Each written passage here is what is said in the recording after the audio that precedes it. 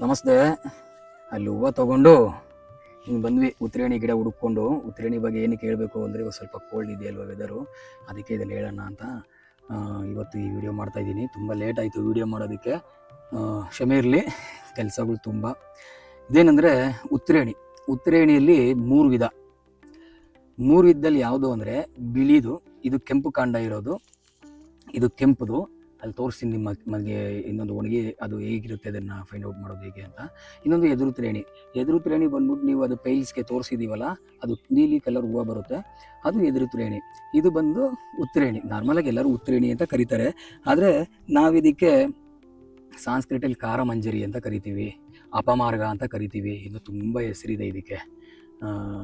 ಒಂದೊಂದು ಭಾಷೆಯಲ್ಲಿ ನಾನು ಹೇಳ್ತಾ ಇರ್ತೀನಲ್ಲ, 40 ಕಿಲೋಮೀಟ್ರ್ ದೂರ ಹೋಗ್ತಾ ಇದ್ದಾಗೆ ಕನ್ನಡನೇ ಚೇಂಜ್ ಆಗುತ್ತೆ. ಅಲ್ಲಿನ ಭಾಷೆಯಲ್ಲಿ ಅವರು ಏನೋ ಒಂದು ಆಡು ಭಾಷೆಯಲ್ಲಿ ಕರ್ಕೊತಾ ಇರ್ತಾರೆ. ನಮಸ್ತೆ, ಬರ್ತಾರೆ ನಿಮ್ಮ ಮಮ್ಮಿ. ಇದು ಏನೇನು ಒಳ್ಳೆಯದು ಅಂದರೆ ತುಂಬ ಕಾಯಿಲೆಗಳು ಒಳ್ಳೆಯದು. ಅದರಲ್ಲಿ ಮುಖ್ಯ ಏನು ಅಂದರೆ, ಇದು ಅಪಮಾರ್ಗ ಅಂತ ಏನೋ ಕರಿತೀವಿ ಅಂದರೆ, ರಕ್ತ ಶುದ್ಧಿಗೆ ತುಂಬ ಕೆಲಸ ಮಾಡುತ್ತಿದ್ದು. ಹೆಂಗೆ ಅಂದರೆ ಅದ್ರ ಜೊತೆ ಮಿಕ್ಸ್ ಎಲ್ಲ ಇರುತ್ತೆ.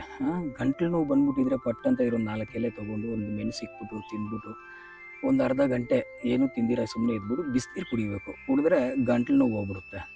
ಆ ಥರ ಇದು ಬಂದು ವಿಷಕ್ಕೆ ತುಂಬ ಚೆನ್ನಾಗಿ ಕೆಲಸ ಮಾಡುತ್ತಿದ್ದು. ಈ ಮುಂಚೆ ಎಲ್ಲ ಚೇಳು ಕಚ್ಬಿಟ್ರೆ, ನಾಯಿ ಕಚ್ಚಿದ್ರೆ, ಹಾವು ಕಚ್ಚಿದ್ರೆ, ಮತ್ತು ಇನ್ನು ವಿಷಕೀಟಗಳು ಯಾವುದೋ ಇರುತ್ತಲ್ಲ ಅದೆಲ್ಲ ಕಚ್ಚಿದ್ರೆ, ಈ ಜೇನು ಇದೆಲ್ಲ ಕಚ್ಚಿದ್ರೆ ಇದರ ಗಂಧ ಅಂದರೆ ಬೇರು ಚೆಂದಾಗಿ ಹರಿದ್ಬಿಟ್ಟು ಅದನ್ನು ಇಡ್ತಾಯಿದ್ರು, ವಿಷ ಮೈಗೆ ಏರ್ದಿರ ಇರಲಿ ಅಂತ. ಆ ಥರ ಒಂದು ಕೆಲಸ ಮಾಡುತ್ತೆ. ಮತ್ತು ಇನ್ನು ಇದು ಹೇಗಿರುತ್ತೆ ಮತ್ತು ಇದರ ಕೆಲಸಗಳಿಂದ ಏನೇನಿದೆ ಅದನ್ನೆಲ್ಲ ಹೇಳ್ತೀನಿ. ತುಂಬ ಚೆನ್ನಾಗಿ ಕೆಲಸ ಮಾಡುವಂಥ ಗಿಡ. ದೇಹದಲ್ಲಿ ಸಪ್ತಧಾತುಗಳು ಅಂತ ಕರಿತೀವಿ. ಆ ಸಪ್ತಧಾತುಗಳಲ್ಲಿ ರಕ್ತ, ರಸ, ಮಾಂಸ, ಮಜ್ಜೆ, ಮೇಧಸ್ಸು, ಅಸ್ಥಿ, ಶುಕ್ಲ, ಈ ಥರ 7 ಇರುತ್ತೆ. ಆ 7 ಹೇಳ್ತೀವಲ್ಲ, ಅಷ್ಟೂ ಶುದ್ಧಿ ಮಾಡೋಕ್ಕೆ ಇದರಿಂದ ಆಗುತ್ತೆ. ಅದಕ್ಕೆ ಇದನ್ನು ಅಪಮಾರ್ಗ ಅನ್ನೋದು. ಮೆಣಸಿನ ಜೊತೆ ಇದನ್ನು ಒಂದು 100 ಗ್ರಾಮ್ ಅಷ್ಟು ಎಲೆ ತೊಗೊಂಡು ಮೆಣಸಿನ ಜೊತೆ, ಕರಿ ಮೆಣಸು ಅಂತಾರಲ್ಲ, ಆ ಮೆಣಸಿನ ಜೊತೆ ನೀವು ಅರ್ದ್ಬಿಟ್ಟು ಚೆಂದಾಗಿ ಚಿಕ್ಕ ಬಟಾಣಿ ಥರ ಒಂದು ಮಾತ್ರೆ ಥರ ಮಾಡ್ಕೊಳ್ಳೋದು. ಅದಕ್ಕೆ ಅನ್ನ ಹಾಕಿದ್ರೆ ಮಾತ್ರೆ ಆಗುತ್ತೆ. ಸ್ವಲ್ಪ ಬಿಸಿಲಲ್ಲಿ ಒಣಗಿಸ್ಕೊಬೇಕು ಫಸ್ಟ್ 2 ದಿವಸ, ಆಮೇಲೆ ನೆರಳಲ್ಲಿ ಒಣಗಿಸ್ಕೊಬೇಕು. ಇದನ್ನು ಹಾಕ್ಕೊತ ಬಂದರೆ ದೇಹದಲ್ಲಿ ಎಲ್ಲೆಲ್ಲಿ ನಿಮಗೆ ರಕ್ತ ಎಪ್ಪುಗಟ್ಟಿರುತ್ತೆ ಅದಕ್ಕೆಲ್ಲ ತುಂಬ ಒಳ್ಳೆಯದು. ಈ ಹಾರ್ಟಲ್ಲಿ ಬ್ಲಾಕೇಜ್ ಬರುತ್ತಲ್ಲ ಅದನ್ನೂ ತೆಗೆಯುತ್ತೆ. ಮತ್ತು ಈ ಗಿಡದಲ್ಲಿ ಇನ್ನೊಂದೇನು ಅಂದರೆ, ಚೆಂದಾಗಿ ಜಜ್ಜಿ ರಸ ತೆಗೆದು ನೆರಳಲ್ಲಿ ಒಣಗಿಸ್ಕೊಂಡು ಅದನ್ನು ಸುಟ್ಟು ಅದ್ರ ಬೂದಿ ಮಾಡಿಕೊಂಡು ಅದರಲ್ಲಿ ಉಪ್ಪು ತೆಗಿತಾ ಇತ್ತು. ಆ ಉಪ್ಪು ತೆಗೆದಿರೋವಂಥ ಔಷಧಿನ ತುಂಬ ಶುಗರಿಗೆ ಅದಕ್ಕೆಲ್ಲ ಉಪಯೋಗಿಸ್ತಾಯಿದ್ರು. ಇವಾಗ ಯಾರೂ ಅದನ್ನು ಮಾಡ್ತಾಯಿಲ್ಲ. ಮತ್ತು ಇದು ತುಂಬ ಲಿವರ್ಗೆ ಒಳ್ಳೆಯದು, ಜಾಂಡೀಸ್ಗೆ ಒಳ್ಳೆಯದು. ಆಮೇಲೆ ಮೈ ಕೈ ನೋವು ಅದಕ್ಕೆಲ್ಲ ಇದರಲ್ಲಿ ಎಣ್ಣೆ ಮಾಡ್ಬೋದು. ಇದ್ರ ಬೇರಲ್ಲಿ ಹಲ್ಲುಜ್ಬೋದು. ಇದ್ರ ಬೇರಲ್ಲಿ ಹಲ್ಲುಜ್ಜೋದ್ರಿಂದ ಒಸಡುಗಳು ಗಟ್ಟಿ ಆಗುತ್ತೆ, ಹಲ್ಲುಗಳು ವಜ್ರದ ಥರ ಗಟ್ಟಿಯಾಗಿರುತ್ತೆ, ಬೆಳ್ಳಗೆ ಒಳೆಯುತ್ತೆ. ಅದ್ರ ಜೊತೆಗೆ ಇಜ್ಜಿಲು ಮಿಕ್ಸ್ ಮಾಡ್ಕೊಬೇಕು, ಅದನ್ನು ಮಾಡ್ಕೊಬೋದು. ಆ ಇಜ್ಜಿಲು ಮಾಡ್ಕೊಳ್ಳೋದ್ರಲ್ಲಿ ಚಾರ್ಕೋಲ್ ಅಂತ ತುಂಬ ಸ್ಪೆಷಲ್ ಇಜ್ಜಿಲುಗಳೆಲ್ಲ ಇದೆ, ಅದಕ್ಕೋಸ್ಕರ ಮಾಡಿರ್ತಾರೆ. ಅದನ್ನು ಯೂಸ್ ಮಾಡ್ಕೊಬೋದು, ಇಲ್ಲ ನೀವೇ ಮಾಡ್ಕೊಬೋದು. ಮತ್ತು ತಾಂತ್ರಿಕ ವಿದ್ಯೆಯಲ್ಲಿ ಇದಕ್ಕೆ ತುಂಬ ಮಹತ್ವ ಇದೆ. ಲಕ್ಷ್ಮಿನ ಆಕರ್ಷಣೆ ಮಾಡ್ಕೊಳ್ಳೋಕ್ಕೆ ಇದರಲ್ಲಿ ಮಾಡಿರುವಂಥ ಸ್ವಲ್ಪ ಮಿಕ್ಸ್ ಮಾಡಿರೋವಂಥ ಗಂಧನ ತೇದಿ ಹಣೆಗೆ ಹಚ್ಕೊಳ್ಳೋದ್ರಿಂದ ಜನ ವಶೀಕರಣ, ಜನ ಆಕರ್ಷಣೆ ಆಗುವಂಥದ್ದು, ಅದನ್ನೆಲ್ಲ ಮಾಡ್ಕೊಬೋದು. ತುಂಬ ಅದ್ಭುತವಾದ ಗಿಡ ಇದು. ಉತ್ತದಲ್ಲಿ ಬೆಳೆದಿದ್ರೆ ಅದರಲ್ಲಿ ನಿಮಗೆ ಕಾಲಭೈರವರು ಎಂಟ್ರಿ ಆದರು, ನಾವು ಹೋಗಿದ್ದ ಕಡೆ ಎಲ್ಲ ಇರ್ತಾರೆ. ಇದು ಉತ್ತದಲ್ಲಿ ಬೆಳೆದಿದ್ರೆ ಅದರಲ್ಲಿ ಬೆಳೆದಿರೋವಂಥ ಒಂದು ಬೇರ್ನ, ವಿಶೇಷವಾಗಿರುವಂಥ ನಕ್ಷತ್ರಗಳು ದಿವಸ ತೊಗೊಂಬರ್ಬೇಕು. ತೊಗೊಂಬಂದು ತುಂಬ ಸಲ ಹೇಳಿರ್ತೀನಿ ಅದಕ್ಕೆ ಯಾವ ರೀತಿ ತೊಗೊಂಬರೋದು ಅಂತ. ಒಂದು ದಿವಸ ಮುಂಚೆನೇ ಹೋಗಿ ಕಂಕಣ ಕಟ್ಟಿರಬೇಕು, ಬರ್ತೀನಿ ಈ ಥರ ವಿಚಾರಕ್ಕೆ ಅಂತ ತೊಗೊಂಡೋಗ್ತೀನಿ ಅಂತ. ಆ ವಿಶೇಷ ದಿನದಲ್ಲಿ ಯಾರಿಗೂ ಮಾತಾಡಿಸ್ತೀರ ಹೋಗಿ ಇದನ್ನು ತೊಗೊಂಬಂದು ಶುದ್ಧವಾಗಿ ಇದಕ್ಕೆ ಅಭಿಷೇಕ ಮಾಡಿ, ಶಂಕರನಿಗೆ ಅಭಿಷೇಕ ಮಾಡ್ತೀವಲ್ಲ ಆ ಥರ ಆ ಬೇರಿಗೆ ಅಭಿಷೇಕ ಮಾಡಿ ಅದನ್ನು ತಾಯ್ತದಲ್ಲಿ ಹಾಕಿ ಯೂಸ್ ಮಾಡುವಂಥದ್ದು. ಮತ್ತು ವಿಶೇಷವಾಗಿ ನಮ್ಮ ಏನು ಸೌತ್ ಇಂಡಿಯನ್ ಸಿದ್ಧ ಮೆಡಿಷನ್ ತಂತ್ರದಲ್ಲಿ ಮಂತ್ರ ಸಿದ್ಧಿ ಮಾಡಿ ಯಾರಿಗೆ ಆರೋಗ್ಯ ಬಾಧೆ ಉಂಟಾಗಿದೆ ಅವ್ರಿಗೆ ಕೊಡುವಂಥದ್ದು, ಕೆಲವು ವಿಚಾರಗಳಿಗೆ ಮಿಕ್ಸ್ ಮಾಡಿ. ಅಷ್ಟು ಒಳ್ಳೆ ಗಿಡ. ಇದಕ್ಕೆ ಉತ್ರೇಣಿ ಅಂತಾರೆ. ಮತ್ತು ಇನ್ನೊಂದು ವಿಶೇಷ ಏನು ಹೇಳ್ತೀನಿ ಅಂದರೆ, ನೋಡಿ ಇದು ಹಿಂಗಿರುತ್ತೆ, ಇದ್ರ ಮುಳ್ಳು ಎದುರು ಉತ್ರೇಣಿಲಿ ಇದಿರಲ್ಲ, ಇದರಲ್ಲಿ ಇರುತ್ತೆ. ಇದು ಮೈಗೆ ಏನಾದರೂ ಈ ಥರ ನಡಿಬೇಕಾದ್ರೆ ಏನಾದರೂ ಅಂಟ್ಕೊಂಡು ಈ ಥರ ಅಂಟ್ಕೊಂಡ್ಬಿಡುತ್ತೆ. ಇದನ್ನೇ ನಿಮ್ಗೆ ಐಡೆಂಟಿಫೈ ಮಾಡೋಕ್ಕೆ ಆಗುತ್ತೆ. ಈ ಥರ ನೀವು ನೋಡಿರ್ಬೋದು ಹಳ್ಳಿಗಳಲ್ಲಿ ಓಡಾಡಬೇಕಾದ್ರೆ ಪಾದ ಇರುತ್ತಲ್ವ, ಪ್ಯಾಂಟ್ಗೆಲ್ಲ ಈ ರೀತಿ ಅಂಟ್ಕೊಂಡ್ಬಿಡುತ್ತೆ. ಇದನ್ನೇ ಉತ್ರೇಣಿ ಅಂತ ಕರಿತೀವಿ. ಮಂತ್ರಸಿದ್ಧಿ ಮಾಡಿದ ಇದರ ಬೇರಿಂದ ಹಲ್ಲುಜ್ಜೋದ್ರಿಂದ ವಾಕ್ಸಿದ್ಧಿ ಆಗುತ್ತೆ, ಗೊತ್ತಾಯ್ತಲ್ಲ. ಆಮೇಲೆ ಇದನ್ನೆಲ್ಲ ಒಣಗಿದಾಗ ಸಂಗ್ರಹಣೆ ಮಾಡ್ಕೊಳ್ಳೋದು. ಇದನ್ನೆಲ್ಲ ಸಂಗ್ರಹಣೆ ಮಾಡಿಕೊಂಡು ಇದನ್ನ ಕುಟ್ಟಿದ್ರೆ ಇದ್ರ ಮೇಲಿರೋ ಹೊಟ್ಟೆಲ್ಲ ಹೋಗ್ಬಿಟ್ಟು ಅಕ್ಕಿ ಬರುತ್ತೆ.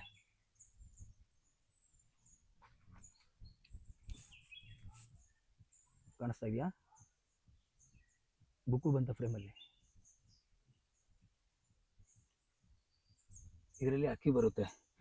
ಹಿಂದೆ ತುಂಬ ಜನ ಋಷಿ ಮುನಿಗಳು ತಪಸ್ ಮಾಡೋರು, ಕಾಡುಗಳಲ್ಲಿ ತಪಸ್ ಮಾಡೋರು, ಆಮೇಲೆ ಬೆಟ್ಟ ಅಲ್ಲಿ ಇಲ್ಲಿ ದೇವಸ್ಥಾನಗಳಲ್ಲಿ ತಪಸ್ ಮಾಡೋರು ಏನು ಮಾಡ್ತಾಯಿದ್ರು ಅಂದರೆ, ಇದರಲ್ಲಿ 2 ಐಟಮ್, ಒಂದು ಜಾಗದಿಂದ ಇನ್ನೊಂದು ಜಾಗಕ್ಕೆ ಹೋಗಿ ತಪಸ್ ಮಾಡೋರು ಇದ್ದರು, ಮತ್ತು ಹಾಗೆ ಒಂದೇ ಕಡೆ ಕೂತು ಮಾಡೋರು ಇದ್ದರು. ಒಂದೇ ಕಡೆ ಕೂತು ಮಾಡುವಂಥ ಸಾಧಕರಿಗೆ ಹೊಟ್ಟೆ ಹಸು ತರಲಿಲ್ಲ. ಹೆಂಗೆ ಅವ್ರು ಏನು ತೊಗೊಳಲ್ಲ, ಬರೀ ಒಂದು ಗ್ಲಾಸ್ ಹಾಲು ತೊಗೊತಾರೆ ಅಷ್ಟೇ.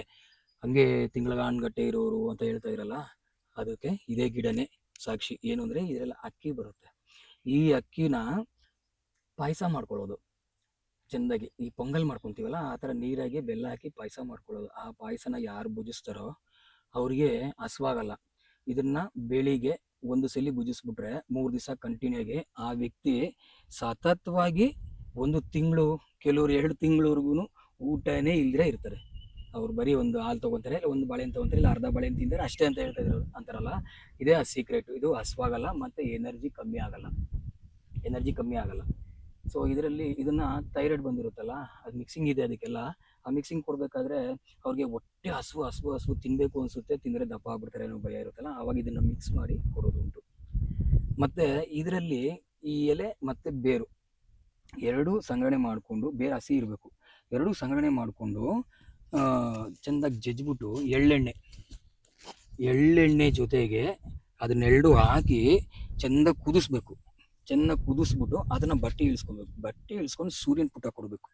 ಸೂರ್ಯನ ಪುಟ ಕೊಟ್ಬಿಟ್ಟು ಯಾರು ತಮ್ಮ ಮೈ ಕೈಗೆಲ್ಲ ಹಚ್ಕೊಂಡು ಫುಲ್ಲು ಸ್ನಾನ ಮಾಡ್ತಾರೆ, ಬಿಸಿಲಲ್ಲಿ ಇದ್ಬಿಟ್ಟು ಸ್ವಲ್ಪ ಹೊತ್ತು, ಆಮೇಲೆ ಯಾರು ತುಂಬ ದೂರ ನಡಿಬೇಕು, ಎರಡು ರೀತಿ ಸಾಧನೆ ಮಾಡೋರಿರ್ತಾರೆ. ಒಂದು ಕಡೆ ಇದ್ದು ಇನ್ನೊಂದು ಕಡೆ ದೇವಸ್ಥಾನಗಳು ಸುತ್ತಾ ಹೋಗ್ತಾ ಇರ್ತಾರೆ, ತೀರ್ಥಯಾತ್ರೆ ಅಂತ.